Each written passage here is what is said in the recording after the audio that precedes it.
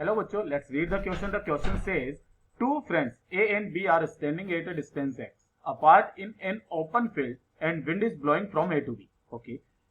A beats a drum and B hear the sound T1 time after he sees the event. Okay.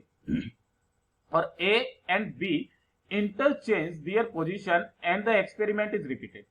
This time B hear the drum T2 time after he sees the event. ठीक है. Then calculate the velocity of sound in still air is V and the velocity of wind is U.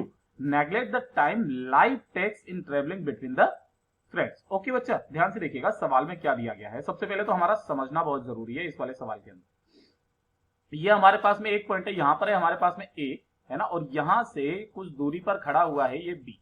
ठीक है. और यहां पर इसकी जो ये है हमारे पास में बेटा X.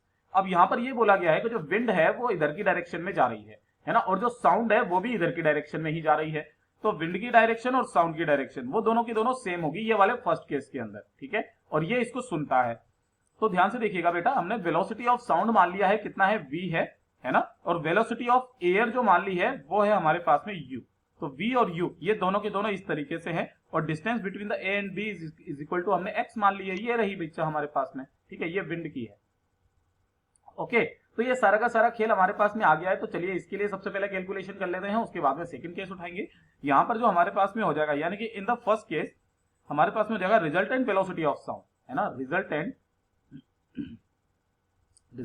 वेलोसिटी ऑफ साउंड है ना. ये क्या हो जाएगा, ये हो जाएगा हमारे पास में V प्लस U के इक्वल हो जाएगा. That's it.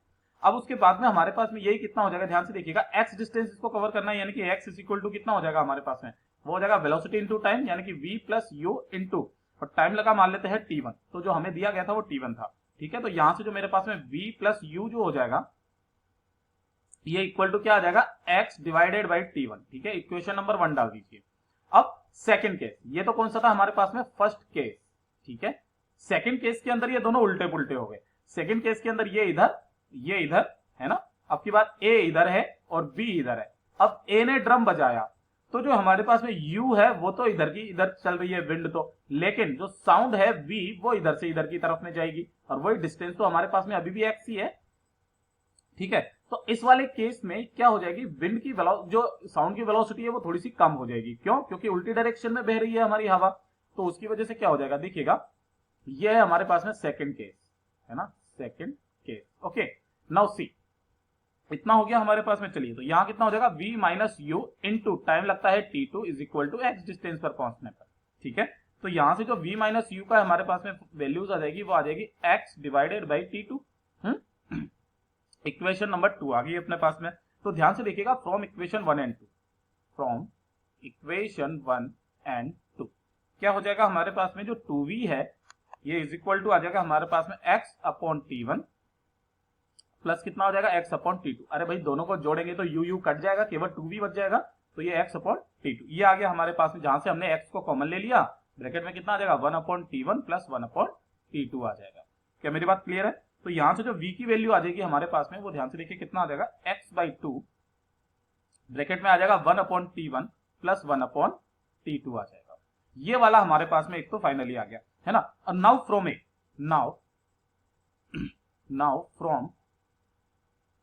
Now from first है ना, फर्स्ट वाली इक्वेशन से देखिएगा कितना आ जाएगा हमारे पास में, u इज इक्वल टू क्या है, u इज इक्वल टू है x डिवाइडेड बाई t1, और माइनस का कितना हो जाएगा, v हो जाएगा.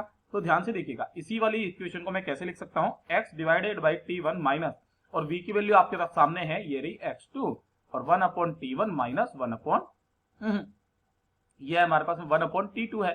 ठीक है. अच्छा ये प्लस है, यहाँ पे ये प्लस कर दीजिए, ये आ गया अपने पास में. तो जैसे हमने इसको सॉल्व करेंगे तो ध्यान से देखिएगा कितना आ जाएगा, ये आ जाएगा x अपॉन t1 है ना, और माइनस का ये हो जाएगा x अपॉन 2t1 माइनस का x अपॉन t2. तो ये x अपॉन 2t1 ये हाफ है, ये फुल है, तो यहां से ये कितना बच जाएगा, केवल और केवल हाफ बच जाएगा. तो x अपॉन 2t1 और माइनस कितना हो जाएगा, x अपॉन t2. ये हमारे पास में आ गया. अच्छा यहां से ये भी तो 2 है ना, तो यहां पर भी ये 2 आ जाएगा. तो यहां से हमने क्या कर दिया, 1/2 कॉमन ले लिया, या x/2 कॉमन ले लेते हैं. यहां हो जाएगा हमारे पास में 1 upon t1 minus 1 upon t2 हो जाएगा. इतना सब कुछ आ गया हमारे पास में। तो ध्यान से देखिएगा बेटा, जो u की वैल्यू हमारे पास में फाइनली आ गई, u इज इक्वल टू वो कितना आ जाएगा x/2 है ना, 1/t1 minus 1/t2। This is our final answer. और यही क्या है बेटा, हमारा हमने यही तो चीज मानी थी। यह है वेलोसिटी ऑफ विंड, ठीक है। और जो हमारे पास में calculate the velocity of sound in air, वो आ जाएगी ये वाली। ओके बेटा, तो यही वाले हमारे पास में आंसर है। चलिए इसको हाईलाइट कर देते हैं। ये हो गया हमारे पास में, और ये हो गया हमारे पास में। यही हमारे आंसर हो जाएंगे basically. x/2 1/t1 plus t2 ये आ जाएगा, और x/2 1/t1 माइनस t2 ये आ जाएगा। यही हमारे आंसर है बच्चा। Hope you understood it well. Best of luck.